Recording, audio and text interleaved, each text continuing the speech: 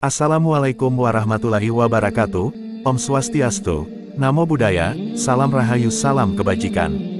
Dalam Quran Surat At-Toha ayat 14, kita diperintahkan agar melaksanakan sholat untuk mengingatnya. Sebelum masuk ke materi lebih dalam, agar siapkan sabuk berpikir nalar logika Anda.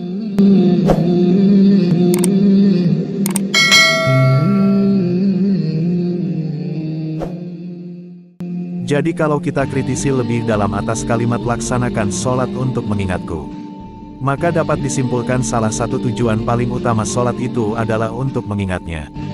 Namun yang jadi permasalahan di sini apanya Allah yang harus kita ingat? Karena faktanya kita tidak pernah bisa mengingat sesuatu yang belum pernah berinteraksi dengan panca indera kita. Seperti dengan melihat, mendengar, meraba, mencium atau mengecap. Misalkan apakah Anda bisa mengingat nenek saya? Tentu saja tidak, karena panca indera Anda belum pernah berinteraksi dengan nenek saya. Lantas apa yang harus kita ingat? Apakah kita harus mengingat seluruh makhluk? Itu benar karena hakikat makhluk adalah Allah itu sendiri, tetapi itu masih salah. Bukan ke situ konteksnya, sebab di dunia ini banyak sekali makhluk ciptaannya, mana mungkin harus kita ingat semua ciptaannya ketika kita melaksanakan salat. Apakah kebesarannya? Itu benar tetapi salah. Bukan ke situ juga konteksnya. Baik di sini kita akan jelaskan menurut sudut pandang ilmu tasawuf dengan dibantu nalar berpikir, karena filsafat dan tasawuf itu berkaitan. Dengan sedikit mengesampingkan ilmu kalam, sebab Imam Ghazali pun menyampaikan untuk mencapai kebenaran hakiki itu hanya bisa menggunakan ilmu tasawuf. Lanjut, sekarang kalau kita kritisi surat tersebut artinya, sungguh, aku ini Allah, tidak ada Tuhan selain aku, maka sembahlah aku dan laksanakanlah sholat untuk mengingatku. Yang jadi pertanyaan, yang pertama kali mengatakan ayat tersebut kepada khalayak umum itu siapa? Tentu saja Nabi Muhammad. Namun apakah Nabi Muhammad itu Allah? Tentu saja bukan. Lantas kenapa Nabi Muhammad mengatakan aku ini Allah?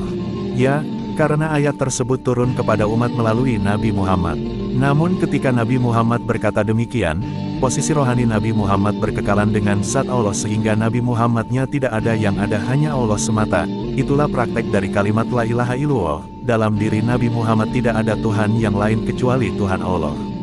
Sehingga Allah menggunakan jasmani Nabi Muhammad menyampaikan ayat tersebut kepada umat manusia.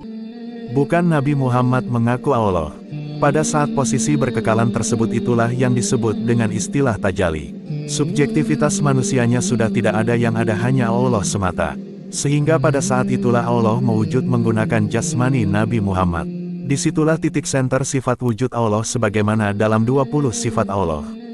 Itulah alamat wujud Allah yang harus kita ingat di dunia yang terbatas ini, namun bukan berarti Nabi Muhammad itu Allah, tetapi hanya sifat wujudnya saja. Saya ulangi sifat wujudnya saja. Sebab zat Allah tidak mungkin bisa kita ingat karena Allah itu laisya kamislihi sayun, atau undeskripsi, undefinisi dan unlimited. Agar dapat dipahami misalkan, nama saya Teja, yang disebut dengan Teja alamatnya adalah keseluruhan jasmani ini, dari ujung kepala sampai dengan ujung kaki. Tapi dari jasmani ini ada bagian lain yang lebih spesifik, misalkan telinga. Apa alamat dari telinga Teja? Apakah Teja adalah telinga? Apakah telinga itu adalah Teja?